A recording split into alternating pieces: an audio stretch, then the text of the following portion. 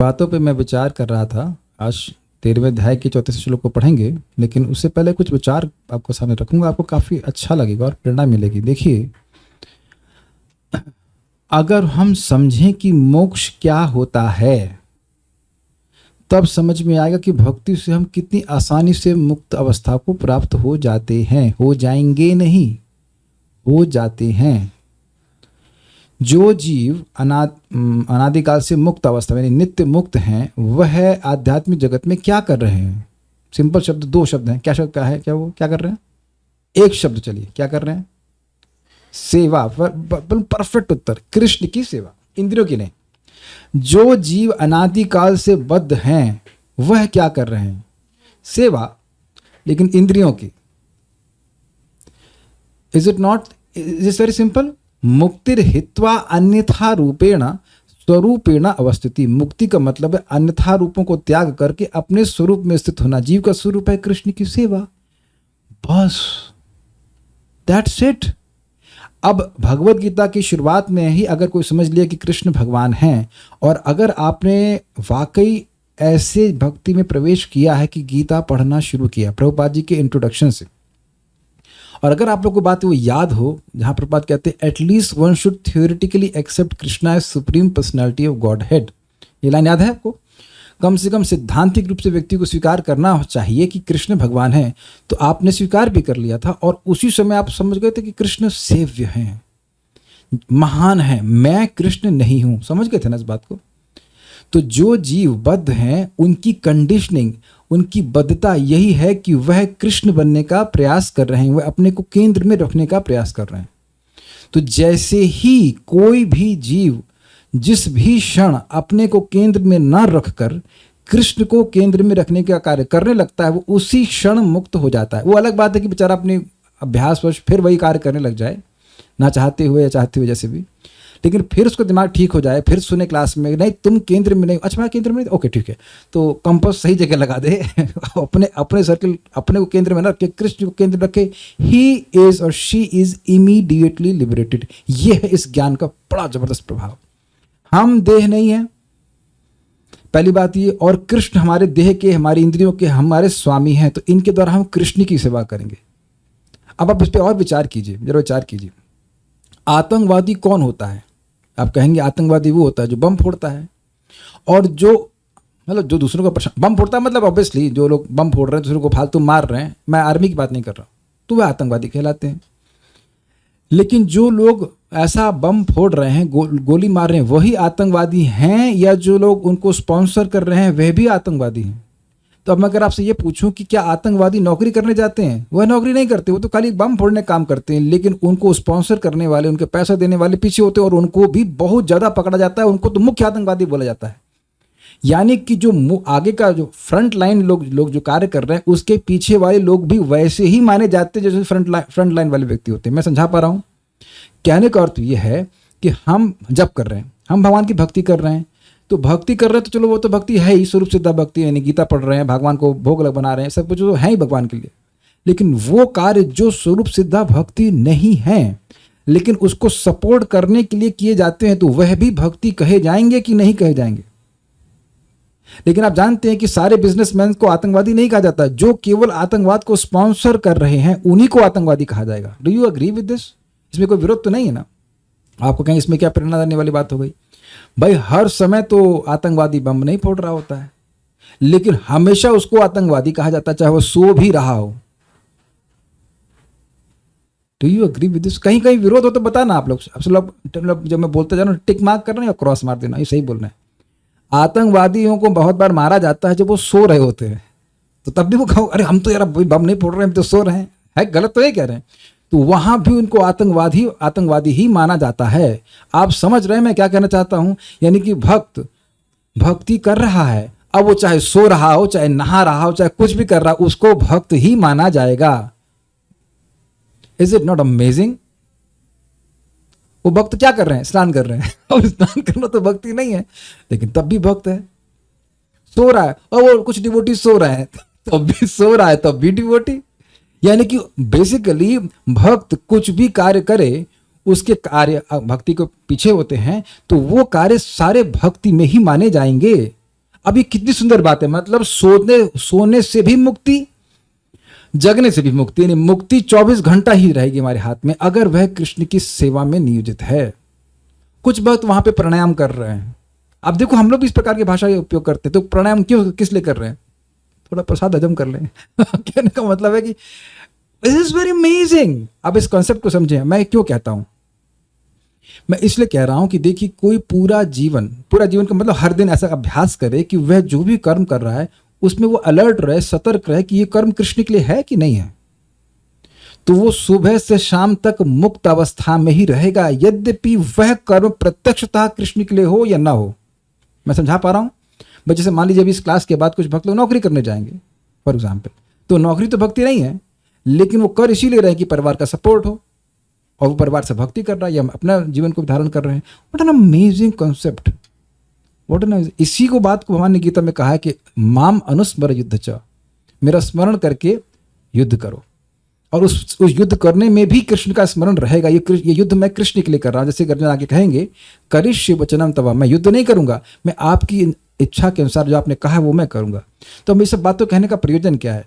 हम अपने कर्म करना बंद नहीं कर सकते, लेकिन हम अपने बंधन को उन्हीं कर्मों से बंद कर सकते हैं। बस इस आर्ट को हमें भगवत गीता से सीखना होगा, और यार हमको ये आर्ट सिखाती है योगा कर्म सु कौशलम। Very very nice, I am very, it is very inspiring for me. हाँ, एक और इंटरेस्टिंग बात थी कि कोई व्यक्ति जीवन भर बस नरक जाने वाले ही काम किया है तो अंत में क्या वैकुंठ चला जाएगा? सामान्यतः बात करूं तो सब लोग तो 3-9-15 पढ़ के नहीं आए भागवत का। आप समझ रहे हैं मैं क्या कहना चाहता हूं? Who can guess what I'm going to speak now? जो पूरा जीवन वैकुंठ जाने वाले ही कार्य किया है, वो अंत में अब नरक इन द सेंस इस जगत की किसी भी स्थिति में क्यों जाएगा? कैसे जा सकता है? तो जो करना है वो आज और अभी करना है। एक और बात बड़ी जबरदस्त सुनिए, ये श्रीमद् भागवतम से है वैसे, और ये बिल्कुल आप इंट्यूटिवली भी समझते हो अगर भारतीय हैं कि हम जो कुछ भी बोलते हैं वो रिकॉर्ड होता है। मैं भगवान के नाम की और भक्ति की बात नहीं कर रहा हूं, जो कुछ भी बोलते हैं you will be held accountable. ऐसा देखा जाता है, मतलब हमने देखा है ऐसा, मतलब वीडियोस पे देखा है कि कभी किसी को पुलिस को पकड़ती है तो वो अपनी गवाही देने, सॉरी सफाई देने लगता है, कहते हैं यहाँ कुछ भी मत बोलो, जो बोलना है जज के सामने बोलो, यहाँ जो कुछ बोलोगे तो उसको वो सब तुम्हारे मतलब विपरीत भी जा सकता है। मतलब कहने का मतलब हम उसको भी रिकॉर्ड कर लेंगे। तो इस जगत में कोई जान अनजान कुछ भी बोलता है, कुछ भी कर देता है, तो उसका प्रभाव उस क्रिया के अनुसार होता ही है, ये मानते हैं आप। और उनका एक लिमिटेड प्रभाव होता है। मान लीजिए किसी ने कुछ, इट कैन बी मोर और लेस, बट है लिमिटेड प्रभाव। मान लो कोई गाय दान करी तो उसका एक पुण्य है, किसी ने गाय को मारा तो एक पुण्य है, लेकिन है तो सब लिमिटेड ना। जान से करिए या अनजान में करिए, किसी भी को कर्म को करने का एक लिमिटेड प्रभाव है। अब आप इस पे अप्लाई कीजिए, भक्ति की हर कर्म का अनलिमिटेड प्रभाव है। अब बताइए कि भक्ति करने में उत्साह आ रहा है कि नहीं आ रहा है? चाहे इस क्लास में मेरी बात समझ में आए या ना आए, बैठने का प्रभाव है अनलिमिटेड, क्योंकि श्रवण मतलब भगवान की बातों का कान से स्पर्श होना। अनंत प्रभु मैं कुछ बोल रहा हूं कि नहीं बोल रहा हूं? हाँ, ये पक्का पता है। और समझ में आ रहा है मैं क्या बोल रहा हूं? अरे समझ में भी रहे तो ये तो बहुत आगे एडवांस हो गए, और तब भी समझ रहे हो, समझने के बाद भी मस्ती करते हो तो बड़ी अच्छी बात है। लेकिन इधर पीछे वैष्णवी, तुमको आपको समझ में आ रहा है कि इधर दिखाओ, शक्ल दिखाओ बेटा, ये ऐसे बैठ रहती है कि लैपटॉप के सामने दिखाई नो। आपको ये महसूस हो रहा है कि मैं कुछ बोल रहा हूँ? इधर इधर हल्का सा हाँ हाँ बोल दिया, हाँ सुना इन्हें, हाँ बोला। और समझ में भी आ रहा है कि मैं क्या बोल रहा हूँ? नहीं तो नहीं क्यों बोला आपने? जो बोल रहा हूँ तो समझ में आ रहा है ना। तो खैर, ना भी समझ में आ रहा हूं, मैं मान लीजिए बोलूं कि नानी न बिडला रे, अब समझ में आया? अनंत बताओ, आपके चाचा जी को समझ में नहीं आएगा, आपको क्या समझ आएगा? नानी न बिडला रे मतलब मैं तुमको नहीं छोड़ूंगा। तो नानी न बिडला रे कन्नड़ है। तो यह मान लीजिए मैं मतलब कृष्ण की तरफ से बोलूं, कृष्ण ने पूतना को बोला कि नानी न बिडला रे मैं तुमको नहीं छोड़ूंगा। तो अब ये कृष्ण कथा हो गई है ना, कृष्ण जोड़ दिया तो कृष्ण कथा हो गई। अब आपको ना समझ में आया कि नानी न बिडला रे, और आप लोग हंस भी दिए, देखिए समझ में नहीं आ रहा है लेकिन हंस रहे हैं कि इसका मतलब होता होगा कि मैं तुमको नहीं छोड़ूंगा, तो भी पवित्र होंगे क्योंकि कृष्ण कथा है वो। It is amazing. इसीलिए अभ्यास करें, खूब नाम जप कीजिए, कथा सुनिए। अरे भाई कुकिंग कर रहे हैं तब भी कथा सुनते जाइए। कुकिंग तो अपने आप में भक्ति है और ये परिभावित भक्ति होती जाती है। मैं ये समझाने का प्रयास कर रहा हूँ, नहीं समझ में आएगा तब भी अच्छा लगेगा। एक भक्त है यहाँ पे, इज नॉट गॉन, नहीं देख पा रहे, यानी हाँ, उनके बारे में बता रहे थे कि भक्त की वो पहले क्लास में आते थे इधर, हमको समझ में नहीं आ रहा है क्या बोल रहे हैं, बड़ा सुनते रहे सुनते, हमको बहुत अच्छा लग रहा है। अब कुछ समय के बाद उनको बहुत अच्छा लगने लगा कि वो समझ में आने लग गया। तो यानी समझ, बोल तो मैं हिंदी ही रहा था, बात यह है कि जब हृदय शुद्ध होने लगता है तो बातें समझ में आती हैं। यानी कि आपका हृदय का शुद्धिकरण ज्ञान पर आधारित नहीं है कि आप मतलब भगवान की बात को समझेंगे तब पवित्र होंगे, समझेंगे तो कितना पवित्र होंगे तो कहने का मतलब नहीं है, नहीं समझेंगे और सुनेंगे तो भी पवित्र होंगे, और पवित्र होंगे तो फिर समझ में आने लग जाएगा। दिस इज ब्रिलियंट अबाउट भक्ति। Anyways, now let us chant this shloka. तो बात यहाँ पे आ रही है कि कैसे भगवान समझा रहे हैं कि आत्मा / परमात्मा दोनों किस प्रकार से इस देह के धर्म से प्रभावित नहीं होते। देखिए, परमात्मा वाली बात तो सबको समझ में आ रही होगी, कोई दिक्कत नहीं है, उम्मीद है।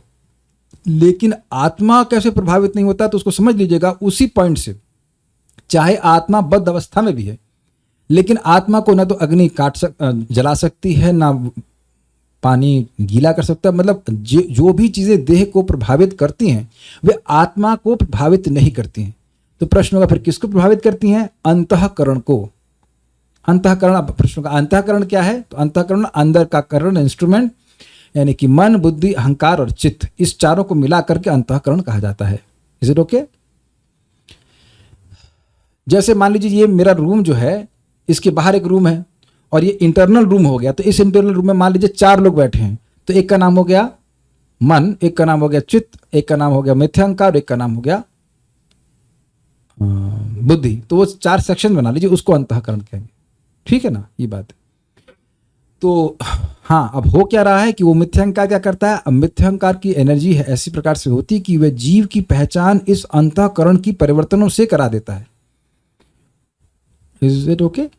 मैं एग्जाम्पल कई बार दे चुका हूं, फिर दे रहा हूं कि मन की जो अनुकूल और प्रतिकूल वृत्ति होती है उसको हम अपना सुख दुख मानने लगते हैं, है ना। आप में से मान लीजिए वरुण प्रभु, आपके लिए मैंने करेला का जूस रखा है, क्लास के बाद आप तो अभी तुरंत वरुण प्रभु नहीं, ये कल्याण प्रभु, इनका कल्याण हो तो दस्तु, हाँ नहीं चाहिए। अब आपका मन देखिए, मैंने अगर मैं, तो आप जान रहे मजाक कर रहा हूँ, लेकिन सीरियसली मैं बोलूंगा तो तुरंत आपका मन रिपेल करेगा, मेरा भी करेगा। नहीं चाहिए। मैं कहूँ कि अनंत आपके लिए आइसक्रीम रखी है, आप कहेंगे देखते तो हो, नहीं ऐसे बोलते हो। अगर आइसक्रीम रखी तो आपका तुरंत मन जो अनुकूल हो जाएगा। Got it? तो ये इस प्रकार से आत्मा को ना आइसक्रीम टच करती है, ना करेले का जूस, लेकिन अपने मन को टच करता है। तो इसलिए मन के जो अनुकूल प्रतिकूल वृत्ति उसको हम मान लेते हैं। तो ये बात थोड़ा समझ में, मैं बार बार रिपीट कर रहा हूँ कि आत्मा चाहे बद्ध हो, और नित्य मुक्त का तो कोई मतलब नहीं, बद्ध अवस्था में भी आत्मा को देह का धर्म प्रभावित नहीं करता है। और आपका ऑब्जेक्शन होगा, नहीं कैसे नहीं करता है? यही बात महाराज रघुगुण ने क्या नाम उनका, जड़ भरत को कहा कि भाई देखिए, जैसे खीर में चावल उबालते हैं तो दूध उबलता है तो चावल नहीं उबलता है। अब बताइए ऐसी कौन सी माता जी होंगी इस बात को जो रघुगुण की महाराज की बात का समर्थन नहीं करेंगी? देखिए ना आप, अगर चावल ना उबलता तो खीर कभी बनने वाली थी? भाई ऐसा तो नहीं खीर को आप सारी चावल को पानी में उबालेंगे उसका मिला देंगे, ऐसा भी कभी कोई लोग करते हैं जल्दी बनाने के लिए, लेकिन ये कोई तरीका नहीं है। दूध में ही पकाते हैं तो चावल नहीं पकता है। तो चावल यद्यपि दूध नहीं है, लेकिन चावल तो पक रहा है ना दूध से, दूध उसमें प्रवेश कर जाता है। लेकिन उदाहरण क्यों गलत है? क्योंकि चावल और दूध दोनों भौतिक पदार्थ हैं, आत्मा चिन्मय पदार्थ है। वह भौतिक पदार्थ किसी भी गुण से कोई मैच नहीं करता, इसलिए कोई भी भौतिक पदार्थ, यहाँ तक कि सूक्ष्म पदार्थ भी आत्मा में प्रवेश नहीं कर सकते। आत्मा की ज्ञान शक्ति को नाश माया नहीं कर सकती। एक बार बड़ी ध्यान सुनिए, कल मैं सोच रहा था इसके ऊपर। आत्मा जीव को इसीलिए भ्रमित कर सकती है क्योंकि जीव में ज्ञान शक्ति है। आत्मा पदार्थ को भ्रमित नहीं कर सकती। You can't talk about bewilderment of matter. Catch किया आपने इस बात को? क्योंकि आपकी पास ज्ञान शक्ति है और वो माया से नहीं आई है, उसको इसीलिए आपको बहकाया जा सकता है। उसी व्यक्ति को बहकाया जा सकता है जिसके पास अवेयरनेस हो कि मैं हूं। अब मैं हूं के आगे लगा दो मैं हूं देह, मैं हूं ये, मैं हूं इत्यादि इत्यादि, लेकिन जिसका मैं हूं है ही नहीं, उसके आगे आप क्या लगाएंगे? तो माया पदार्थ को बिविल्डर नहीं कर सकती। पदार्थ के बिविल्डर होने की, मोहित होने का मतलब ही नहीं है कि नहीं? जड़ है। तो जो चेतन है, जो चैतन्यता है आत्मा की, क्या वो माया से आ रही है? माया से आ ही नहीं रही है। खाली वो माया भगवान की शक्ति की है, भगवान की इच्छा से वे जीव को बिल्डर कर देती है बस, वो भी भगवत सैंक्शन से।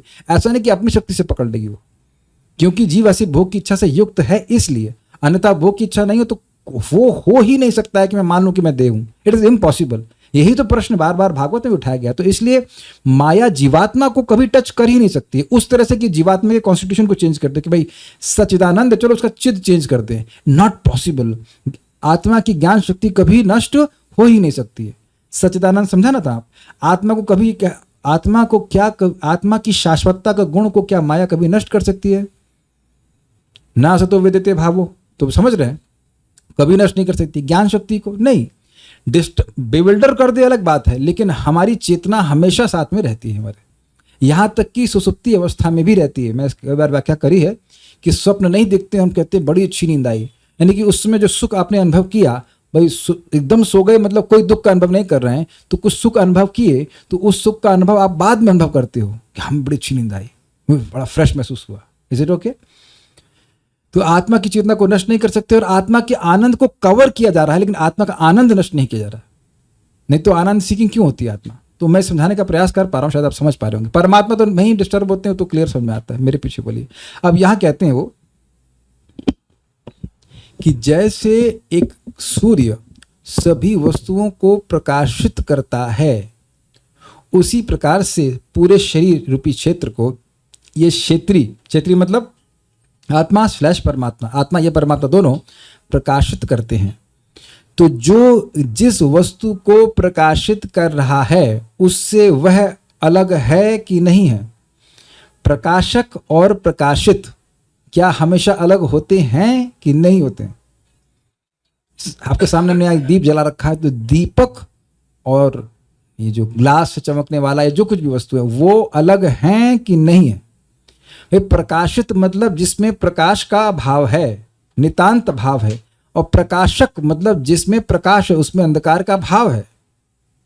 Yes no? जैसे कोई प्रकाशक प्रकाशित से हमेशा अलग ही रहेगा, उसी प्रकार से इस क्षेत्र का, इस शरीर को प्रकाशन चेतनीभूत करने वाला है, चेतना देने वाला। चेतना ऐसा लग रहा है कि शरीर में चेतना है, अपनी चेतना से भरने वाले क्षेत्री दो हैं। कौन है?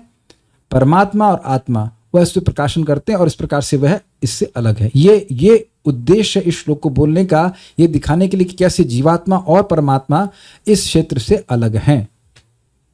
उदाहरण समझ में आ गया ना? आप मेरे सामने देख रहे हैं, बक लोग नहीं देख पा रहे होंगे कि यहाँ एक कांच है, कांच के ऊपर अंदर एक दीपक है। तो दीपक की जो लौ है वह दीपक से, घी से और उसके कांच से, वो सबसे बिल्कुल अलग है, और उन सबको प्रकाशित कर रही कि नहीं कर रही? एकदम स्पष्ट है। और अब अगर पूरा लाइट हम ऑफ करते, जो कि हम करेंगे नहीं, तो आप देख सकते हैं कि एक ही दीपक पूरे रूम को भी प्रकाशित कर रहा होता है।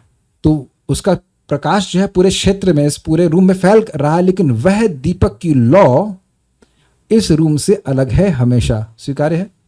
तो उसी बिल्कुल स्पष्ट समझ आ रहा है। उसी प्रकार से आत्मा हृदय स्थान में रहती है। आत्मा की जो चेतना रूपी प्रकाश है वह पूरे शरीर में व्याप्त है। जब आत्मा चली जाती है तो शरीर में फिर अंधकार हो जाता है, फिर चेतना से रहित हो जाता है। मेरे पीछे बोलिए। यथा प्रकाशयत्येकः कृतस्नं लोकम् इमं रविः। यथा प्रकाशयत्येकः कृतस्नं लोकम् इमं रविः। क्षेत्रं क्षेत्री तथा कृत्स्नं प्रकाशयति भारत। क्षेत्रं क्षेत्री तथा कृत्स्नं प्रकाशयति भारत। यथा प्रकाशयति एकः कृत्स्नं लोकम् इमं रविः। यथा प्रकाशयति एकः कृतस्नं लोकम् इमं रविः। कृतस्नं नहीं होना चाहिए, कृत्स्नं होना चाहिए। कृत्स्नं लोकम् इमं रविः। क्षेत्रं क्षेत्री तथा कृत्स्नं प्रकाशयति भारत। क्षेत्रं क्षेत्री तथा कृत्स्नं प्रकाशयति भारत। यथा प्रकाशयत्येकः कृत्स्नं लोकम् इमं रविः। यथा प्रकाशयत्येकः कृत्स्नं लोकम् इमं रविः। क्षेत्रं क्षेत्री तथा कृत्स्नं प्रकाशयति भारत। क्षेत्रं क्षेत्री तथा कृत्स्नं प्रकाशयति भारत। बोलिए।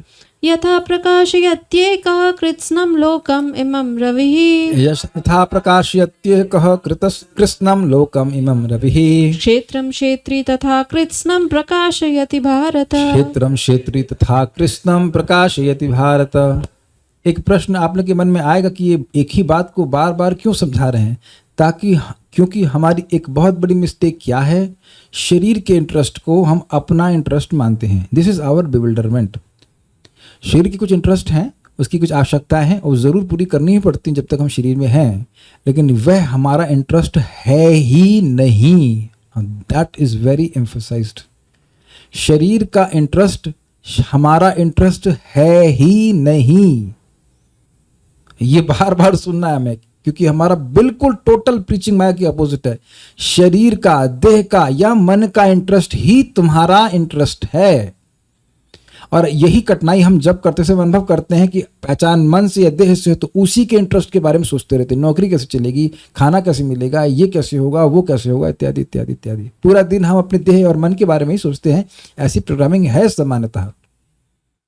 पूरे जगत में लोग केवल देह की चिंता में। अगर आप किसी को दोस्त बनना चाहते हैं तो आप बस उसके देह के बारे में बात कीजिए, देह कैसे अच्छा हो सकता है। देखो कितने हेल्थ पे ट्यूटोरियल्स होते हैं, लोग कितना लोग देखते हैं, क्योंकि यही मानते हैं कि मैं स्वस्थ हो जाऊंगा तो मैं बहुत अच्छा हो जाऊंगा। दैट्स ओके, आपका शरीर स्वस्थ हो जाएगा, आपको फायदा होगा, लेकिन उस स्वस्थ शरीर का फायदा से आत्मा को तो फायदा तभी होगा ना जब उस शरीर से आप भजन करेंगे। तो वो तो कोई नहीं बताता ना। हे भरत पुत्र, जिस प्रकार सूर्य अकेले इस सारे ब्रह्मांड को प्रकाशित करता है, उसी प्रकार शरीर के भीतर स्थित एक आत्मा सारे शरीर को चेतना से प्रकाशित करता है। भरत, हे भरत अर्जुन, यथा जिस प्रकार एकह रवि, एक रवि, इमं कृष्णम लोकः, इस संपूर्ण जगत को प्रकाशित करता है, तथा उसी प्रकार क्षेत्री आत्मा कृष्णम क्षेत्रम प्रकाशति, समग्र देह को प्रकाशित करता है। आप इसको एक्सपेरिमेंट के रूप में अनुभव कर सकते हैं कि अपने पाँव के टो को भी आप टच करेंगे, देन यू कैन फील कि हाँ भाई ये है। अगर नाखून से हल्का सा दबाएंगे तो कहीं दर्द महसूस होता है, तो वो पेन जो है दैट इज एन एक्सपीरियंस, और वो आत्मा की चेतना की वजह से है। ओके, अगर आप साइंटिस्ट होते तो कहते माई सी फाइबर्स आर फायरिंग। कभी अगर जीभ कट जाए दांत के बीच में तो हम लोग बोलते हैं कि मेरे माई सी फाइबर्स आर फायरिंग। ये कहते आय दर्द होगा, दर्द हुआ। तो आप देख लीजिए कि दर्द हो रहा है, उस दर्द को हम ऐसे बोलते हैं माई सी फाइबर्स आर फायरिंग। अगर उसी साइंटिस्ट का ऑपरेशन किया जाए बिना एनेस्थीसिया दिए, क्या कोई बात नहीं, only C fibres are firing, स्वीकार कर लेगा। ये सी फाइबर मतलब SEA नहीं, सी फॉर कैट। अब कहेंगे इसका क्या मतलब होता है? कोई मतलब नहीं होता, ये उनके जार्गन है, फर्जी की बातें बोलते रहते हैं। जीवात्मा दर्द का अनुभव करता है, वो अनुभव करने वाला जीवात्मा, वो स्वीकार नहीं करेंगे, वो उनको आत्मा ज़्यादा मुश्किल लगता है। सी फाइबर इज फायरिंग, ये आसान लगता है, ये बात है। बस वो आत्मा को स्वीकार नहीं करना चाहते हैं। बस वो चाहते हैं कि जो कुछ भी है, ये जो पेन का अनुभव है, एक्सपीरियंस है, यह भी एक केमिकल रिएक्शन है, वो ये ऐसा करना चाहते हैं, जबकि इसका कोई प्रमाण नहीं है। उनसे पूछो कि तुम ये जो थ्योरी दे रहे हो, ये कौन से फाइबर फायर कर रहा है, क्या ये भी एक केमिकल रिएक्शन मात्र है? और केमिकल रिएक्शन का कोई सम्मान किया जाना चाहिए ऐसे कि आप कुछ थ्योरी बोल रहे हो। यथा प्रकाशयति एकः, जिस प्रकार से एक प्रकाशित करता है, क्या रवि, एक अकेला रवि, कृतस्न मतलब संपूर्ण, सभी जगत को एक सूर्य प्रकाशित करता है, दो नहीं। उसी प्रकार से क्षेत्रम क्षेत्री तथा कृष्णम, संपूर्ण क्षेत्र को एक क्षेत्री आत्मा प्रकाशित करता है। तब एक प्रश्न होगा, पर यहां तो दो आत्मा है, क्षेत्री तो दो हैं, आत्मा और परमात्मा। तो देखिए, अब ये एक इंटरेस्टिंग बात है। यस, हमें ये समझना होगा कि हमारे शरीर के सुख दुख के अनुभव करने वाले कौन हैं? मैं हूं, उससे प्रभावित होने वाला मैं हूं। लेकिन भगवान भी हैं परमात्मा के रूप में, जो हमारे शरीर को क्रियान्वित करना है। मैं अपने शरीर के जो अंतः क्रियाएं हैं उनका जानने वाला नहीं हूं। जैसे अभी आप देख लीजिए, मैं इस दर्द का अनुभव करता हूं या कुछ भी सुख का अनुभव कर रहा हूं, अनुभव मैं कर रहा हूं, लेकिन ये हो कैसे रहा है ये मैं नहीं जानता। जैसे मैं ये बोल रहा हूं तो मैं कुछ सोच रहा हूं, तो मैं सोच कैसे रहा हूं और मेरा मन कैसे कार्य कर रहा है, मेरी इंद्रियां कैसे कार्य कर रही हैं, यह मैं नहीं जानता, लेकिन यह अनुभव कर रहा हूं कि मैं बोल रहा हूं और आप लोग सुन रहे हैं। यहां दो फंक्शन दिख गए आपको, दो लोगों के फंक्शन।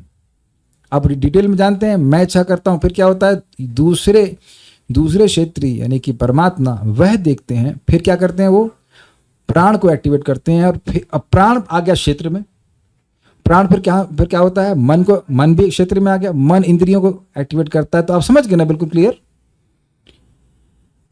तो यानी कि दो हैं, दोनों ही लोग इस शरीर के बारे में कॉन्शियस हैं, लेकिन मैं कंट्रोलर के रूप में नहीं हूं शरीर का। मैं ऐसे बोल सकता हूं मैं ऐसे करना चाहता हूं, लेकिन मेरा हाथ ऐसे कैसे हुआ यह मुझको नहीं पता। तो आप देख सकते हैं कि कुछ कार्य मैं कर रहा हूं, ऐसा मुझे लग रहा है कि ऐसा मैं सोच रहा हूं कि मैं खुद कर रहा हूं, लेकिन आप विचार करेंगे तो हमारे शरीर के कार्यों को हम नहीं पता। जमाई भी आती तो कैसी आती, दोबारा अच्छा आर्टिफिशियली जमाई लेके दिखाइए, वो इफेक्ट नहीं आएगा जो असली जमाई का था। जमाई तक आप इंडिपेंडेंट नहीं ले सकते हैं। जूम वाले करके दिखाओ, रिकॉर्डिंग नहीं हो रहा है। बहुत बोरिंग लग रही है, नहीं कर पाएंगे आप। आर्टिफिशियली जमाई भी नहीं ले सकते, ले पाएंगे जमाई तो ले नहीं सकते आप। अच्छा, जैसे पलक झपकाते हो आर्टिफिशियली करके दिखाइए, इट विल बी डिफरेंट। अब आप जब कॉन्शियसली करेंगे तो आपको वो अलग लगेगा, और ऐसे आप करते रहते हैं, ऐसा आप सोचते हैं कि हम करते रहते हैं, जबकि हम बिना सोचे सब कार्य हो रहा है। अच्छा, सांस लीजिए, अब है ना, बहुत बार तो हम सोच भी नहीं रहे होते हैं, मोस्टली नहीं सोच रहे होते हैं सांस लेने के बारे में तब, और जब सो रहे होते हैं तब, तो इसका मतलब है कि एक और व्यक्ति भी है इसके पीछे जो कुछ कार्य करा रहा है। खाना तो खा लिया होगा आप लोगों ने, खाना तो बड़े मजे से खाया होगा, लेकिन हजम करने के बारे में क्या विचार है आपका। तो आप समझ के एक और कॉन्ट्रैक्टर है, एक और क्षेत्रीय है जो इस शरीर को प्रकाशित कर रहा है, क्रियान्वित कर रहा है। Is it okay? ठीक है। हाँ, एक मैं जरूर बात कहना चाह रहा था, फोकस करूंगा उसके ऊपर, कि मैं आत्मा इस क्षेत्र का क्षेत्री हूं। अन्य जो पेट में कीड़े हैं वो अपने शरीरों के क्षेत्रीय हैं। इस शरीर में रहते हुए भी मेरे शरीर के सुख दुख से उनका कोई मतलब नहीं है। क्लियर है ना? इसीलिए यहां बोल रहे एक, आत्मा एक है, परमात्मा तो खैर एक है ही, लेकिन एक आत्मा पूरे शरीर को चेतनीभूत कर रही है। मेरी आत्मा आपके शरीर को चेतनीभूत नहीं कर रही है, केवल मेरे शरीर को। उसी प्रकार से जो अंदर हमारे और सारे जीवात्माएं भी हैं, भाई बंधु, वो मेरे शरीर के सुख दुख से बिल्कुल अनभिज्ञ है। They can not experience it. कभी होता तो काटते मेरे पेट में, किसी के पेट में कभी कीड़े हो जाते हैं तो खून चूसते रहते आराम आराम से, तो उन्हें कभी दया आती कि इसको, इस क्षेत्र को हम खून न चूसे।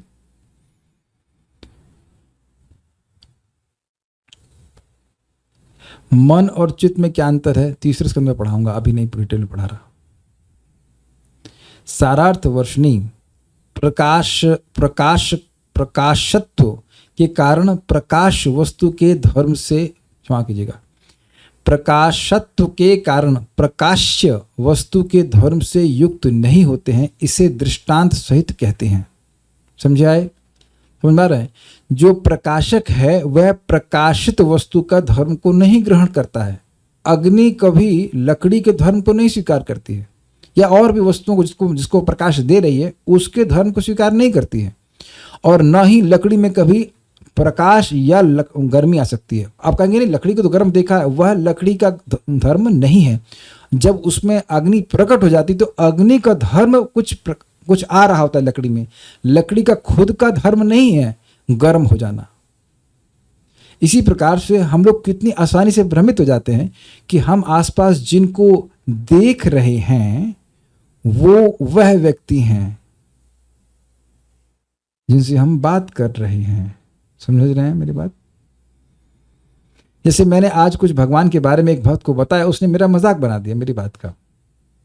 तो एटलीस्ट कुछ सेकंड के लिए मेरे को उसने मेरी बात का मजाक बनाया, but I am not seeing him.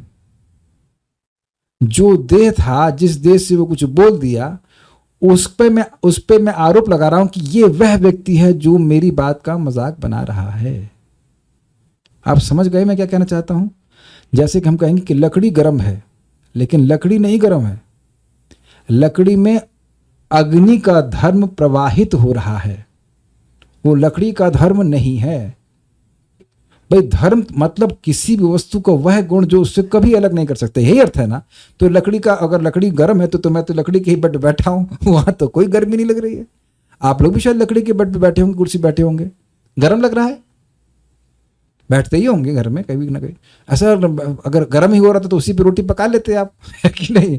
तो आप देख रहे तवे पड़े हुए, तो तवा अपने आप तो गर्म नहीं होता है, वो तो अग्नि के संपर्क में आने से गर्म लगता है, वह उसका धर्म नहीं है। इज इट ओके, है कि नहीं। तो कह रहे हैं उसी प्रकार से आत्मा कभी भी देह के धर्म को स्वीकार नहीं करती। हम भ्रमित हो जा रहे हैं, और भ्रमित हैं, देह को आत्मा मानने के चक्कर में रहते हैं। इसी कारण से व्यक्ति को बार बार सुनना पड़ता है और दोनों को अलग अलग करना होता है। और फिर जैसे मैं अपने मन को स्थिर किया कि नहीं, इस व्यक्ति ने मेरी बात का मजाक नहीं बनाया, ये तो ब्रह्मा जी की बात का मजाक बना रहा है। ब्रह्मा जाने ही जाने। मैं उनको बताया था कि भाई प्रणत प्रिय शब्द जो है उसका मतलब है कि प्रणाम करने वाला भगवान को बहुत प्रिय होता है, उसकी इच्छाओं को पूरा करते। तो उन्हें हंस लगे, अरे हम तो 3 प्रणाम किए हैं, तो क्या भगवान हमारी सारी इच्छा पूर्ण करेंगे। अब वह अपनी अश्रद्धा प्रस्तुत कर रहे थे, जो भी कारण हो। हमने कहा भाई, अगर हमने उनको विचार प्रस्तुत किया कि आप यह भी तो देखिए कि अन्य लोग भी तो प्रणत प्रिय हैं, अन्य लोग भी तो भक्त भी तो भगवान को प्रणाम कर रहे हैं। हो सकता है कि हम अन्य लोगों को सम्मान ना देने के कारण अपराध कर बैठते हैं, इसलिए इच्छा पूरी ना हो रही हो। लेकिन आप ये तो नहीं कह सकते हैं कि जो भगवान को प्रणाम कर रहा है वो आपको भगवान को प्रिय नहीं है। ये तो आप ब्रह्मा जी की बात खंडन कर देंगे। इतनी बात बोलने का समय नहीं था मेरे पास, लेकिन इतना बोल के मैंने कि आप ये भी देखो कि अन्य भक्तों का हम अपराध कर देते हैं, इसलिए कृपा कम मिलती है। लेकिन ये सिद्धांत है कि जो भगवान के शरणागत है, जो भगवान को प्रणाम कर रहा है, उनको प्रिय है। तो अब आप बताओ, जब मैंने ये बात बताया तो कहा क्या सीखना चाहता, ओह वेरी नाइस, 2-4 प्रणाम और करूंगा कृष्ण को, ये सोचना चाहिए था। लेकिन रिएक्शन कुछ अलग था। अब जो भी रिएक्शन हो उनकी बुद्धि, वो जाने, वो भगवान जाने। हमने तो भगवान की बात बताई थी, जस्ट वहां बात खत्म हुई, दूसरे ब्रह्मचारी को बताया, वो बड़े खुश हुए, वाह प्रभु जी क्या बात है। आप देख रहे एक ही बात बता रहे हैं, 2 अलग अलग रिएक्शन है। लेकिन पॉइंट क्या है, मेरी गलती यहाँ इस बात में होगा कि मैं वो सोच रहा हूँ वो व्यक्ति ऐसा कर रहा है। यहाँ मिस्टेक करते हैं हम लोग। मैं जिसको देख रहा हूं वो देह है और उसके पीछे सूक्ष्म शरीर है, उसमें बहुत सारा रिएक्शन हो जा रहा है। आत्मा तो अल्टीमेटली भगवान का प्रेमी ही है ना। और जैसे कि अभी इससे पहले भी प्रश्न आया था, how to hate the sin not the sinner. तो पॉइंट वही है, हम सिनर और सिन, मतलब हम सिनर, आत्मा सिनर नहीं है भाई, वो अविद्या से ग्रसित है। आप लोगों ने ईमानदारी से बोलना, कभी किसी को देखा जो भूत के द्वारा हॉन्टेड हो, लाइक रियली? ज्ञान में नहीं है, दुनिया देखी नहीं है आपने। Please raise hand if you seen that. एक वक्त ने दिखाया, अच्छा अकेले नहीं देखा होगा। आईआईटी में मेरा एक मित्र था, बहुत तेज था वो पढ़ाई में। वो बता रहा था कि उसको अपनी 12वीं का पूरा साल या 1.5 साल याद ही नहीं है।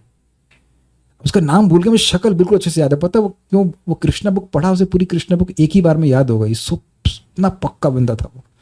नाम बिल्कुल भूल गया मैं उसका, शक्ल याद है बिल्कुल, सा से कुछ नाम था, जो भी रहा हो। कहता मैं इसको पढ़ूंगा नहीं तो मैं पढ़ाई नहीं कर पाऊंगा। Very nice person. कह रहा था कि मुझे 1 साल अपना पूरा याद ही नहीं है। अब 1 साल में वो क्या क्या नहीं किया, अपने माता पिता को मारा पीटा, तो कुछ किया। तो वो जान रहे हैं कि ये ऐसा लड़का नहीं है, लड़का बड़ा अच्छा है, लेकिन अब इसके ऊपर पिशाच पड़ा हुआ है, जो भी हो, भूत पड़ा हुआ है, तो समझ नहीं पाया। तो जब वो हट गया तब उसकी सेंसेस में आ गया। तो इस समय हम देख रहे हैं कि जगत में लोग अलग अलग तरह से कार्य कर रहे हैं, बहुत गलत तरह से भी कार्य कर रहे हैं, लेकिन हम ये नहीं समझ पा रहे हैं कि अविद्या का भूत उनको पकड़ा हुआ है, पिशाची पकड़ी हुई है उनको, माया रूपी पिशाची, इसलिए वो अंडसंट कार्य कर रहे हैं। तो जब हम देख, इस श्लोक से फायदा होगा ना, हम देखिए कि भाई ये आत्मा है और ये देह है, स्थूल और सूक्ष्म देह, इन पे प्रभाव पड़ रहा है, इस कारण से अंडसंट कार्य कर रहा है। अगर भक्ति करे तो यह अविद्या निवृत्त हो जाएगी और व्यक्ति ठीक हो जाएगा। इसीलिए साधु संत लोग इस बात को समझते हुए सबको भक्ति देने का प्रयास करते हैं, ऐसे गजामिल को भी। कि भक्ति करेगा तो ये जो उसकी भावना है कि मैं देह हूं, ये धीरे धीरे नष्ट हो जाएगी और फिर वो पाप करना बंद कर देगा। समझ पा रहे हैं मेरी बातें? जब कोई व्यक्ति मानेगा कि मैं देह हूं, तभी वो पाप करेगा, नहीं तो वो नहीं कर सकता, नहीं कर सकता, कर ही नहीं सकता। Is it not? ओके। इसे दृष्टांत सहित कहते हैं, जिस प्रकार सूर्य प्रकाशक है किंतु प्रकाशित होने योग्य वस्तु के धर्म से युक्त नहीं होता, उसी प्रकार क्षेत्रीय परमात्मा भी क्षेत्र शरीर के धर्म से युक्त नहीं होता। और अगले वाले श्लोकों में आत्मा पे आएगा अर्थ। कठोपनिषद में भी कथित है सूर्यो यथा सर्वलोकस्य चक्षुर्न लिप्यते चाक्षुषैर बाह्य दोषै एकस तथा सर्वभूतांतरात्मा न लिप्यते लोक दुखे न बाह्य। कठोपनिषद 2:2-11।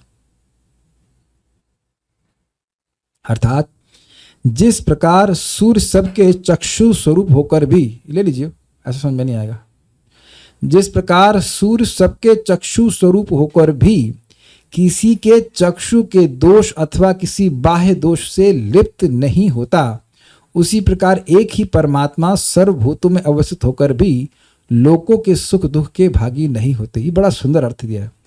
जैसे सूर्य के बिना कोई भी आंख वाला देख नहीं सकता है, लेकिन अगर कोई आंख में दोष है तो उससे सूर्य का क्या दिक्कत है? आंख का गुण, मान लीजिए से मेरी अब आंख का पावर हो गया -0.25, तो अब सूर्य की कितनी पावर है? सूर्य की पावर तो वही है। कितना सुंदर एग्जाम्पल है। अब मान लो कोई आंख से भगवान को देख रहा है, या आंख से वो अब मतलब पिक्चर देख रहा है, कुछ भी देख रहा है, क्रिकेट देख रहा है, कुछ देख रहा है, तो उसमें सूर्य का दोष तो नहीं है ना। वेरी इंटरेस्टिंग, वेरी, यानी कि जो आंख का दोष है, आंख में कीचड़ भर जाता है, भरी जाता है, तो क्या अब आंख को दृष्टि देने वाला सूर्य उसमें भी कीचड़ भर जाता है? नहीं। कितना सुंदर शास्त्र, क्या एग्जाम्पल देते हैं ना, कितना सुंदर एग्जाम्पल है ना। ये एकदम समझ में आ गया ना। परमात्मा वाली बात तो बिल्कुल समझ में आ गई है कि भाई जैसे सूर्य है वह सभी को दृष्टि प्रदान कर रहा है, लेकिन आंखों के दोष से वह स्वयं कभी भी प्रभावित नहीं होते। उसी प्रकार से परमात्मा सभी को सारी इंद्रियों के कार्य देने में, सब कुछ करने में समर्थ है, सभी उन्हीं की वजह से हो रहा है, लेकिन वह कभी भी उन कार्यों से लिप्त नहीं होते। भाई पाप कर रहा है, पुण्य कर रहा है, दोनों में ही तो भगवान का सैंक्शन है ना। एक व्यक्ति बोला था, आपने कहा था ना, शास्त्र कहता है कि किसी कार्य को करने वाले को, प्रेरणा देने वाले को और सहायता करने वाले को मरने के बाद वही मतलब लाभ, वही पुण्य पाप मिलता है, तो भगवान क्यों नहीं मिलता? तो हमने कहा एक उत्तर तो ये कि भगवान मरते नहीं। ये लिखा है ना इसमें, क्लॉज ये है कि मरने के बाद लाभ मिलता है। भाई तो भगवान तो मरते ही नहीं ना, तो भगवान जब मरेंगे ही नहीं तो उनको दोबारा मिलने का मतलब क्या है? और ये सिद्धांत बनाया कौन है? भगवान बनाए, तो भगवान का को फंसेंगे इसमें? भगवान जीवों के लिए बनाए हैं, भगवान के लिए नहीं बनाए। शास्त्र को वो ध्यान सुनना चाहिए। यानी कि भगवान किसी के पाप और पुण्य से कभी लिप्त नहीं होते। ठीक है, अब हम लोग आत्मा परक अर्थ सुनते हैं। गीता भूषण टीका, यह आत्मा शरीर के गुणों से दूषित नहीं होता, अपितु अपने गुणों से शरीर का पोषण करता है। स्वीकार्य है। तो जैसे अब आप लोग समझते होंगे कि भाई विटामिन B12 खाना चाहिए, ये खाना चाहिए, मुर्दे को भी खाना चाहिए। क्यों भाई? बड़ी चिंता होगी ना कि ये पेट में खराब है, लीवर फैटी हो गया, ये हो गया, तो आप कभी कहेंगे भाई क्या हो गया, आपके पिताजी कैसे? मर गए हैं, उनका लीवर फैटी है, इलाज चल रहा है। कि जो मर जाता है उसके लीवर के बारे में कौन चिंता करता है? आप समझ गए, आत्मा है इसलिए शरीर का पोषण हो रहा है, नहीं तो शरीर तो नित्य ही क्षयमान है, नष्ट हो रहा है। This is very amazing. शरीर से आत्मा का पोषण नहीं हो रहा है, आत्मा से शरीर का पोषण हो रहा है। और हम लोग विपरीत सोचते हैं, अरे शरीर चला जाएगा तो क्या होगा? देख लीजिए, इसलिए सुनना जरूरी है। दीपक को रूम प्रकाश नहीं दे रहा है, दीपक रूम को प्रकाश दे रहा है। रूम नहीं भी होगा तब भी दीपक का प्रकाश रहेगा। ऐसा कोई समय नहीं है कि आप नहीं रहेंगे। ये मैं नहीं रहूंगा, अच्छा आप भी रहेंगे, हाँ, और ये गीता की क्लास भी रहेगी। ये श्लोक बड़ा मजेदार है। कहीं क्यों मजेदार है? क्योंकि पूरा जिंदगी हम ये सोचते रहते हैं कैसे होगा, क्या होगा, ये नहीं हो जाएगा तो वो क्या हो जाएगा, वो नहीं होगा तो ये क्या हो जाएगा। सोचते हैं कि नहीं? चिंता रहती है कि नहीं? लेकिन कुछ भी नहीं होने वाला है। कल भक्त पूछ रहे थे, कल्याणपुर पूछ रहे थे, हमने कहा भाई मृत्यु से डर लगता है? तो नहीं लगता, नहीं लगता है। तो हमने कहा, खुद ही एक दिन बोल रहे थे कि हमको डांट लगाए थे, तो आप रिकॉर्डिंग सुने, पूछे हमको समझ में नहीं आया कि डांट क्यों लगाया आपने। हमने कहा भाई आपको चिंता होती है ना कि कल भोजन मिलेगा कि या नहीं मिलेगा, कैसे आगे कैसे चलेगा। तो हमने कहा भाई भोजन ना मिलना ये कम डर है, और मृत्यु का डर बड़ा डर है कि नहीं? मान लो कहें कि अभी एक आतंकवादी यहां बाहर पड़ा है गोली मारने के लिए, तब भी आप भोजन कर लेंगे? नहीं कर पाएंगे। हम इस बात को बोल रहे हैं, हम लोग लखनऊ में थे, बुक वितरण करने के लिए गए थे, घर में थे हम लोग, प्रसाद पाने का समय था, एकदम से भूकंप आया, सब घर से बाहर भागे। अगर भूकंप आएगा तब भी हम यहाँ पे क्लास कर लेंगे, कुछ कर लेंगे? नहीं, नेचुरली हम बाहर भागेंगे। तो मृत्यु का भय है, तो मृत्यु का भय ज्यादा भय है, उससे भयभीत हम लोग, हम कह रहे हैं कि नहीं है, और छोटे भय से भयभीत हैं कि कल कैसे चलेगा अगर हम नौकरी नहीं करें। आपको ऐसे नहीं बोल रहा, मैं बोल रहा हूँ हर तरह से आदमी सोचता है ये नहीं करेंगे तो कैसे चलेगा। तो वो भय है, इसीलिए भय है ना, क्योंकि हम अपनी पहचान देह से कर रहे हैं। देखिए बहुत से साधु हैं, उनके भी लीवर होता है, उनकी भी जीभ होती है, आंख नाक कान सब वैसे ही होते हैं, लूले लंगड़े नहीं होते हैं, लेकिन वो नौकरी नहीं करते हैं, केवल भजन कर रहे होते हैं। क्यों करते हैं बताइए? क्योंकि उनको भय नहीं है, उनका हृदय शुद्ध है। कहते हैं देह जिसका है वो चला लेगा। वो तो सोचते हैं जिसने दे दिए वो चलाए, उसकी रिस्पॉन्सिबिलिटी। अब हैं ऐसे लोग, और वो देखते हैं कि भगवान पालन पोषण करते हैं। I mean this is a sign of purity, is it not? तो ये अपने अंतःकरण के दूषण के कारण व्यक्ति सोचता है कि जो देह का धर्म है वो मेरा है, अगर मेरा देह नहीं चलेगा तो मैं कैसे चलूंगा। तुम फिर भी चलोगे और तुमको दूसरा देह दिया जाएगा।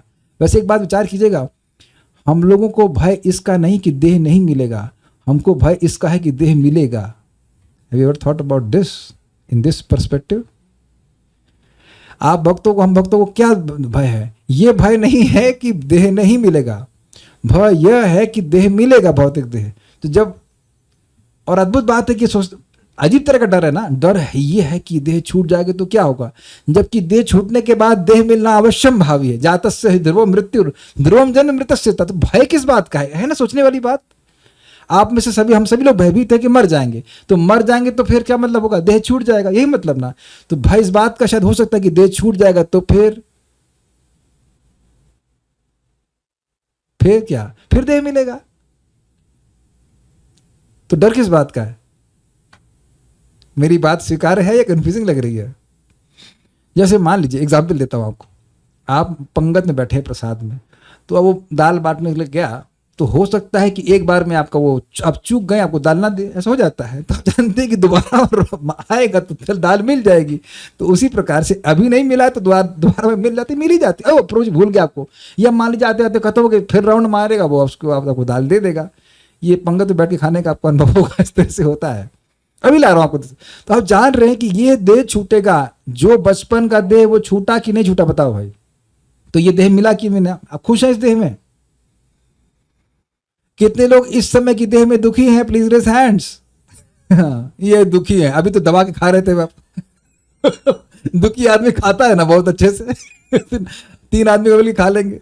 तो दुखी है तो इतना खा लेते हैं। उसके बाद अगर सुखी होता तो आप समझिए कि हम लोग ये देह मिला इसमें दुखी सुखी कोई दिक्कत नहीं रह रहे, तो अगले देह में भी आप सुखी रहेंगे। ये मैं नहीं बोल रहा हूँ, भागवत से बोल रहा हूँ। वासुदेव जी समझाते हैं कंस को, काहे मरने के लिए डर रहे हो यार, तो देह मिलेगा। देह पहले से निश्चित हो जाता है, लेकिन हम लोग डरते हैं इसलिए हैं क्योंकि हम अपने स्वरूप को भूल करके केवल देह के धर्म पे, अपना देह के धर्म का आरोपण अपने पे करने लगते हैं। ये बात, जिस प्रकार से एक सूर्य पूरे जगत को प्रकाश देता है, उसी प्रकार से क्षेत्रीय जीव पूरे क्षेत्र अर्थात शरीर को नख से लेकर शिर तक, चेक कर लीजिए, लास्ट आपका जो छोटी अंगूठी उंगली है पांव की, वहां टच कीजिए, कुछ हो रहा है कि नहीं? कुछ होता है, यू कैन फील इट। और उसके बाद सर पे हाथ रखिएगा भस्मासुर की तरह। जले नहीं, okay I can feel it. तो यहां सब तक चेतना प्रभावित हो रही, तक यानी शिव तक अपनी चेतना के द्वारा प्रकाश अर्थात चेतना प्रदान करता है, यानी एक्सपीरियंस करने की शक्ति। तो एक प्रश्न हो जाएगा, प्रभु जी कभी कभी पंगु हो जाता है व्यक्ति, हाथ में उसकी चेतना नहीं आती, तब तो समझना चाहिए कि परमात्मा भी बैठे हैं, वो लिमिट कर देते हैं कि यहाँ इसके आगे चेतना नहीं जाएगी, चेतना फैल नहीं रही वहाँ पे। कि भगवान की व्यवस्था है कि आत्मा की चेतना कहाँ तक जाएगी। नहीं तो मेरी चेतना मान लीजिए आपकी जीभ तक जा रही होती तब। और समझिए ऐसा भी कर लेते हैं योगी लोग, कुछ योगियों के पास सिद्धि हो जाती है कि खाएंगे आप, स्वाद उनको मिलेगा। This is very interesting. ये है, ये आप पढ़ेंगे भक्ति साम्य सिंधु में, 8 प्रकार की सिद्धि में ऐसा होता है। आप खाएंगे और टेस्ट उनको मिलेगा। ऐसी सिद्धि भगवान को है, भगवान के पास है। आप भोजन करते हैं, भक्त लोग भोजन करते हैं और भगवान को वह हानि देने के समान होता है। भगवान तो सारी सिद्धियों के मालिक है, लेकिन ऐसा समानता हम लोग नहीं कर पाते कि आप खा रहे हो और हमको टेस्ट महसूस हो रहा है। नहीं तो माता जी लोग क्यों पूछती नमक ठीक है, अरे हम खा रहे हैं तुमको मालूम कैसे नहीं चल रहा है। तो ऐसा नहीं होता है, ठीक है। वेदांत सूत्रकार कहते हैं गुणाद व लोकवत, जिस प्रकार से एक अग्निपुंज अपने प्रकाश से पूरे कमरे में प्रकाश देता है, उसी प्रकार से आत्मा पूरे शरीर में अपने गुणों के द्वारा व्याप्त रहती है। वेदांत सूत्र 2.3.24 इजी है, तो ये समझ आ गया। तात्पर्य, चेतना के संबंध में अनेक मत हैं। यहां पर भगवद गीता में सूर्य तथा धूप का उदाहरण दिया गया है।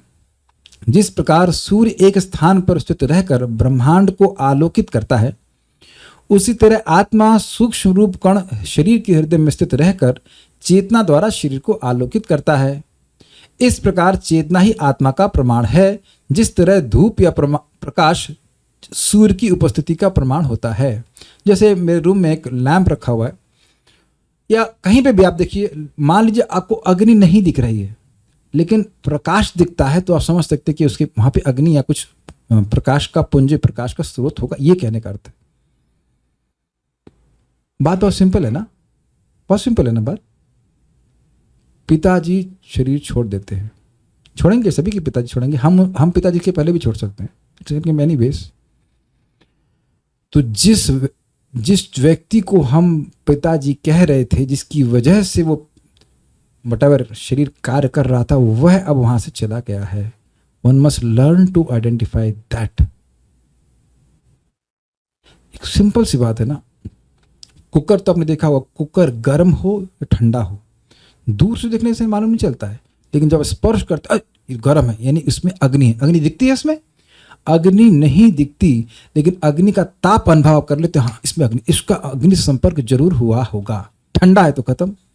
आप लोगों ने देखा ही होगा ना, किसी व्यक्ति को, कोई भक्त है, किसी व्यक्ति को देखा हो जीवित अवस्था में, उसको कुछ थोड़े बाद भी आप मृत अवस्था में, तो कितना भेद हो जाता है, कितना भेद हो जाता है। आपने देखा होगा कि आंखों से एक चमक होती है, वो चली जाती है। पता है हम लोग क्या देख रहे हैं? हम लोग इसमें अभी राधा रमन प्रभु को देख रहा हूं, लेकिन वस्तुतः क्या हो रहा है, आपके शरीर जो आपका आदि भौतिक स्वरूप है, उसका रिफ्लेक्शन मेरी पुतली पे बन रहा है। बस मैं उतना ही अनुभव कर रहा हूं, जस्ट अबाउट दैट। इस प्रकार से भागवत में डिफाइन किया गया है, आदि भौतिक स्वरूप ये हमारा शरीर है। बस अगर इस प्रकार से सांख्य का एनालिसिस करने लग जाए, तो उसके लिए वो अलग तरह से जीवन में जिएगा, और व्यक्ति कितना प्रभावित होता है। अगर व्यक्ति भक्ति को नहीं स्वीकार करता है, तो कितना ज्यादा वह इन्वॉल्व हो जाता है, इमोशंस कितने बांध लेता है ना लोगों से।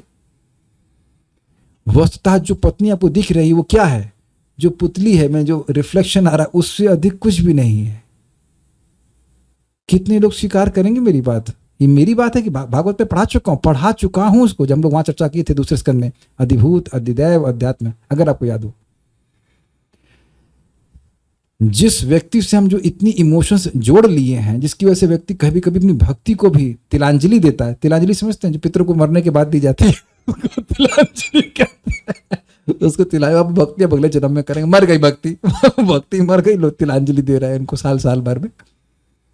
वो तो केवल एक रिफ्लेक्शन है। Who can raise hand that he can accept this? आप फर्जी, आप लग रहा है आपका हाथ ऐसे बांध दिया, फर्जी में हाथ खड़ा कर लेते। फर्जी समझते नहीं उस बात की ग्रेविटी को। इसलिए तो अगर ऐसा होगा तो अगली बार से कभी कंप्लेन नहीं करेंगे किसी ने आपसे खराब बर्ताव कहा या खराब कहा या कुछ भी कहा। तो खाली रिफ्लेक्शन, अब रिफ्लेक्शन की कंप्लेन करते हैं, कभी मन में कोई नेगेटिविटी नहीं आएगी। You don't have any negativity for reflections. कहते हैं कि उस व्यक्ति की छाया ने हमको ऐसा कहा है। कभी जिंदगी में कोई बोले आज तक कि उस व्यक्ति की छाया हमको ऐसे बोल के चली गई है? मेरी बात को समझ पा रहे हैं मैं क्या कह रहा हूं? आंखों में जो रिफ्लेक्शन दिख रहा है उसका शरीर का, उसी को हम वो मैं मान के बैठे हुए, मतलब वो व्यक्ति मान के बैठे हुए। This is amazing. कहाँ हम बात कर रहे थे? हाँ, हम प्रमाण की बात कर रहे थे कि जो जैसे वो अग्नि का प्रमाण जो है वो ताप है, तो अग्नि न भी दिख रही हो तो आप ताप के द्वारा अनुमान कर लेते हैं। इसी प्रकार से आत्मा की उपस्थिति का हम प्रमाण कैसे मान करते हैं? चेतना के द्वारा। ठीक है। जब शरीर में मान लीजिए किसी को कोई प्रवचन करने वाला ना, प्रवचन सुनने वाला नहीं मिले, तो क्या मॉर्चुरी में जाके मुर्दों को प्रवचन सुनाएगा? वो क्या सुनेंगे? उनके पास कौन सी ज्ञान शक्ति होती है? मान लो उसमें कोई खड़ा हो जाए, कहते यार तूने पहले क्यों नहीं बताया? तो आप भागेंगे वहां से, ये तो भूत प्रकट हो गया। तो आप समझ गए कि हम मुर्दों को नहीं सुना सकते हैं। You must understand the difference between living and dead. ये आपको सिंपल बात लगती होगी, लेकिन इट इज नॉट दैट। इतना सिंपल होता तो अर्जुन को दूसरे अध्याय में समझ में आ ही गया होता, नहीं तो फिर भगवान को नहीं बोलना पड़ता ना। एषा ते विहिता सांख्ये बुद्धिर योगे तिमाम शृणु बुद्धिया युक्तो या पार्था करो बंधुम प्रहास्यसि। जब शरीर में आत्मा वर्तमान रहता है तो सारे शरीर में चेतना रहती है, किंतु जो ही शरीर से आत्मा चला जाता है त्यों ही चेतना लुप्त हो जाती है। जैसे दीपक को हटा देंगे तो फिर उस रूम में वही अंधकार व्याप्त। Got it? याद होगा आपको कभी, एक जब इन्वर्टर का जमाना नहीं था, आप लोग को याद है वो दिन जब इन्वर्टर नहीं हुआ करते थे और पेट्रोमैक्स भी नहीं होती, पेट्रोमैक्स केम लेटर ऑन। आप लोग को अगर बचपन याद हो, उससे पहले था लालटेन। तो लालटेन में जनरली एक ही लालटेन होता था, तो कभी माँ उसको खाना बनाने के लिए ले आती थी, कभी इधर ले जाती थी, आप पढ़ाई कर रहे होते थे। अनुभव होगा अगर आप लोग बचपन में याद किए हो। मेरे का that's a very good experience. तो वहां पे आप समझ गए कि लालटेन जिस रूम में जाएगा वहां प्रकाश, और जहां से हट गया वहां अंधकार। अनुभव होगा इस बात का, है ना? तो उससे बात समझ में आती है। इन्वर्टर वाले अब क्या समझेंगे, इन्वर्टर तो हर जगह लाइट कर देता है, ठीक है ना? तो यानी कि जैसे इस शरीर में मेरी आत्मा, मैं आत्मा प्रकाश दे रहा है, ऐसे अगले शरीर में करूंगा। और इसी जीवन में मैंने कितने शरीर में प्रकाश दिया है। इस समय मैं इस शरीर में प्रकाश दे रहा हूं। बचपन में मैं जब ABCD सीख रहा था, हाफ पैंट में स्कूल जा रहे थे, तो उस शरीर में प्रकाश दे रहे थे। इसी बात को भगवान कह रहे हैं ना, देहिनोऽस्मिन् यथा देहे कौमारम यौवनम जरा तथा देहांतर प्राप्तिर धीरस्तत्र न मुह्यति। बहुत अच्छा श्लोक है, बहुत अच्छा श्लोक है। क्यों? जो समझ रहा है कि मैं देह नहीं हूं तो वह धीर हो जाता है। मतलब धी मतलब बुद्धि और र मतलब ईरयते, धर्म करने में अपनी बुद्धि को चलाने वाला हो जाता है। वह इस शरीर से भोग ना करके प्रयास करता है कि अधिक से अधिक धर्म हो, ताकि अगले शरीर में मैं और प्रकाश को प्राप्त करूं और ज्ञान से आलोकित रहूं। धर्म हमको शुद्ध करता है। और जो ये समझ बैठेगा कि मैं देह हूं, तो बस फिर तो धर्म कहां करेगा वो। इसे बुद्धिमान व्यक्ति सुगमता से समझ सकता है। अभी मैंने समझाया, धीर मतलब बुद्धिमान व्यक्ति। अतएव चेतना पदार्थ के संयोग से नहीं बनी होती और ना बन सकती है। यह जीव का लक्षण है। जीव की चेतना यद्यपि गुणात्मक रूप से परम चेतना से अभिन्न है, किंतु परम नहीं है। ये भी स्पष्ट है। क्वालिटी एक ही है लेकिन भेद है, क्वांटिटी में भेद है। क्योंकि एक शरीर की चेतना दूसरे शरीर से संबंधित नहीं है, लेकिन परमात्मा जो आत्मा के सखा रूप में समस्त शरीरों में स्थित हैं, समस्त शरीरों के प्रति सचेष्ट रहते हैं। परम चेतना तथा व्यष्टि चेतना में यही अंतर है। अब देखिए, प्रभुपाद ने बड़ा सुंदर बात बताया, श्लोक को देखेंगे। अगर आप आत्मा का अर्थ आत्मा लेते हैं, यानी जीव आत्मा, तो एक आत्मा अपने पूरे शरीर को आलोकित करती है, उसकी चेतना वहां तक व्याप्त है, ठीक। और अगर आत्मा का अर्थ आप परमात्मा लेते हैं, तो भगवान हमारे क्षेत्र से भी अभिज्ञ हैं, जानकार हैं, और सभी के क्षेत्रों से अभिज्ञ हैं। तो अगर हम किसी को सुख या दुख देते हैं तो भगवान को भी समझ में आता। बल्कि और इंटरेस्टिंग बात है कि कोई भी जीव अनुभव तभी कर पाता है जब पहले भगवान अनुभव करते हैं। भगवान सुनते हैं फिर मैं सुन पाता हूँ, भगवान बोलते हैं तब मैं बोल पाता हूँ। इजी, मैं इच्छा करता हूँ, फिर भगवान उसको सहायता मतलब अनुमोदन करते हैं, इसलिए बोल सकता है, फिर प्राण, फिर मन, फिर इंद्रियां, फिर ऐसे कार्य होता है। और ये सब कुछ बहुत फास्ट होता है। तब आप प्रश्न करोगे इतना फास्ट कैसे होता है?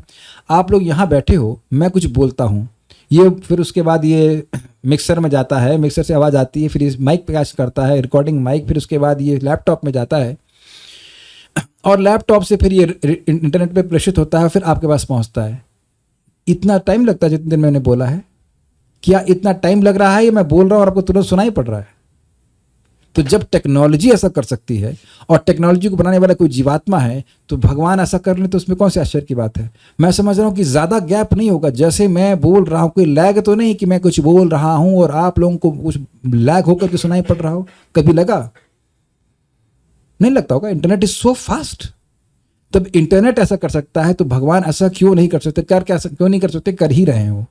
इसलिए हम लोग को इसलिए हमको ऐसा भ्रम हो जाता है कि कोई लैग नहीं है।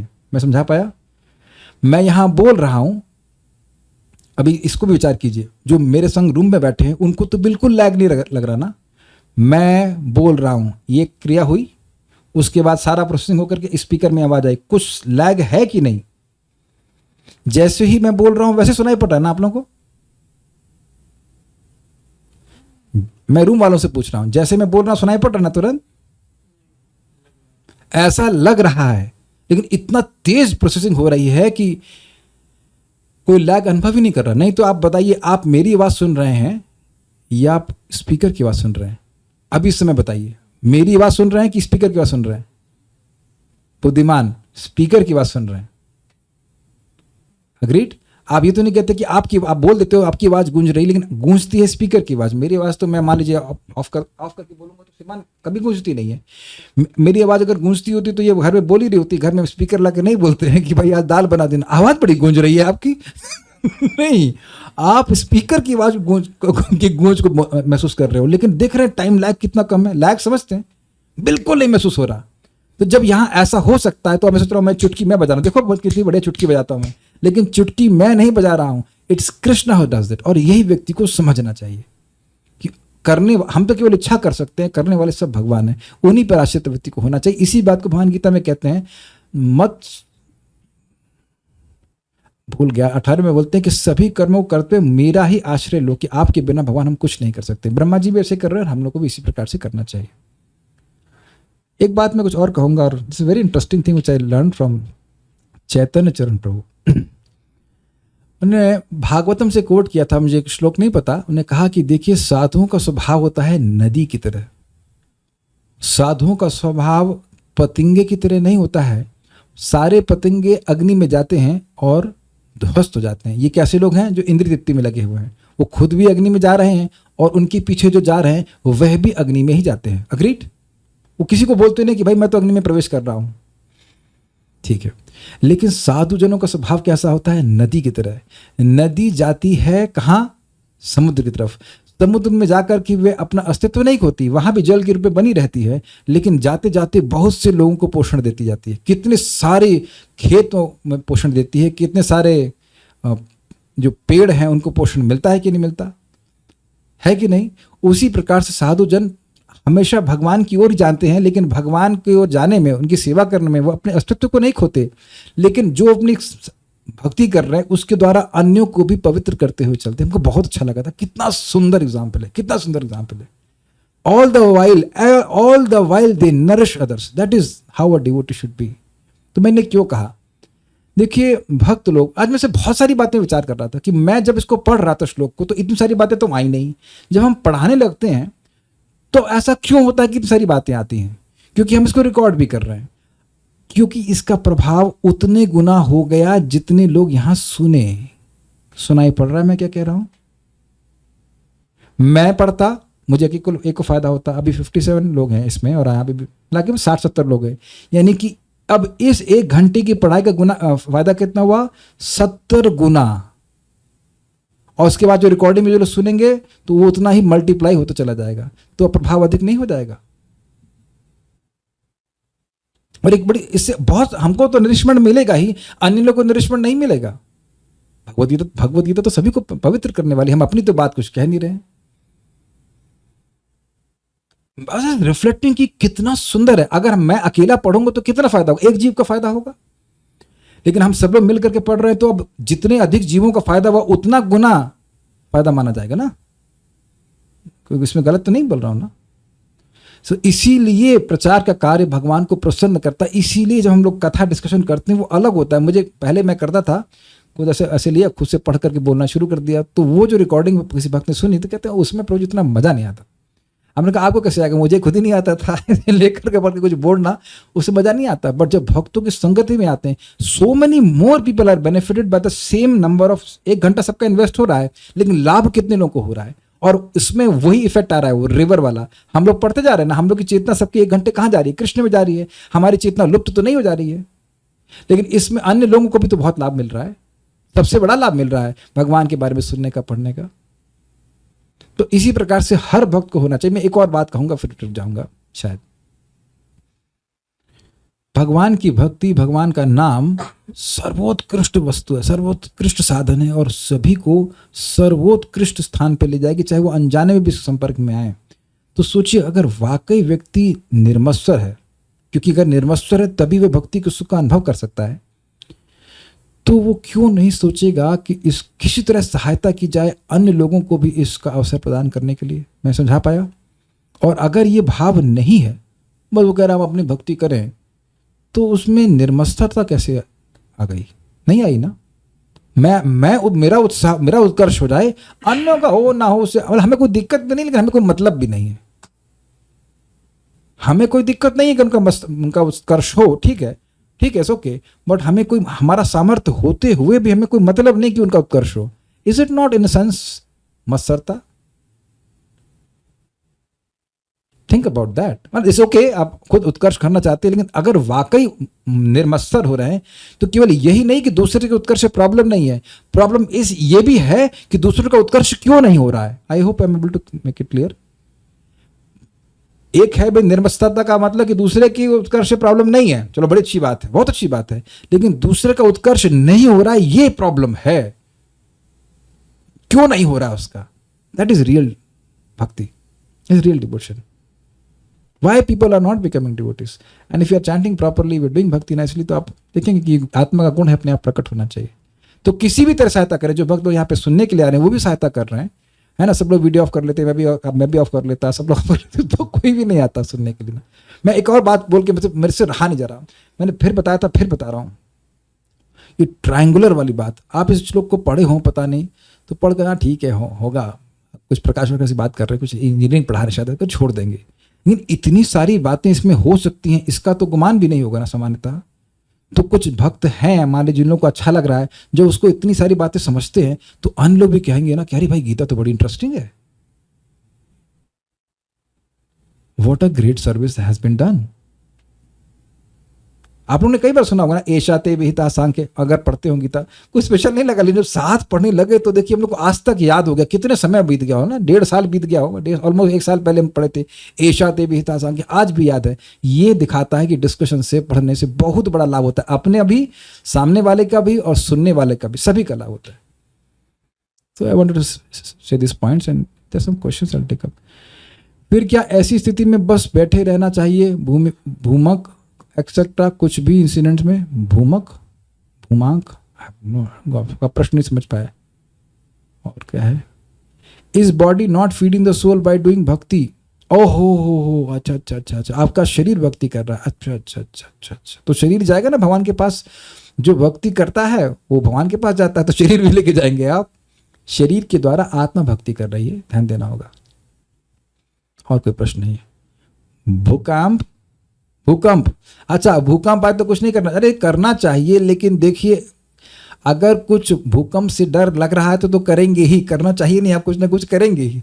लेकिन ऐसी भी स्थिति है जड़ भरत की जो कोई फर्क नहीं पड़ता है, भूकंप आए कोई गर्दन काटने के लेके जाए, तो वो जो इस प्लेटफॉर्म पे आ गया, जो कोई दिक्कत नहीं। जैसे मान लीजिए भूकंप में आपका स्कूटर बाहर खड़ा है, तो अपने को बचाएंगे, स्कूटर को बचाएंगे, तो अपना किसको मानते हैं आप? शरीर को। तो अब ये कठिनाई है, लेकिन स्कूटर को नहीं, ये स्कूटर को मैं नहीं मानते हैं, स्कूटर को मेरा मान सकते हैं, लेकिन मैं नहीं मानते, है ना। तो देखिए हम जिस रियलाइजेशन पे उस पर कार्य करना चाहिए, लेकिन मैं बात अब सारी सीधी बात ये बोल रहा हूँ, क्योंकि मैं शरीर से पृथक हूँ इसलिए, और शरीर यूजलेस है एक्चुअली, ध्यान दीजिएगा, बिकेगा भी नहीं शरीर। मर जाए और आप कहें कि भैया मेरे कफन के लिए तो मेरे शरीर का कुछ उंगली ले जाओ, तो कोई उंगली के 5 रुपए भी देने वाला नहीं है, समझ गए।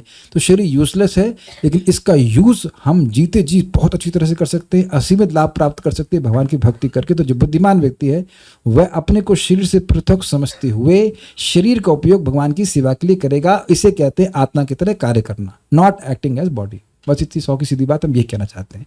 इस श्लोक का ये फायदा हम समझें कि हम शरीर से अलग हैं, इसलिए हम शरीर के कार्यों को मिनिमाइज करके एज फार एज पॉसिबल शरीर को भक्ति के कार्य में नियोजित करें। इससे हमको लाभ होगा, इससे मुझे लाभ होगा, शरीर को होगा जो होगा, लेकिन हमको बहुत बड़ा लाभ प्राप्त हो जाएगा, ये समझ लेना चाहिए। Stop now. श्रीमद् भगवद गीता की जय, श्रील प्रभुपाद की जय, निताय गौर प्रेमानंदे।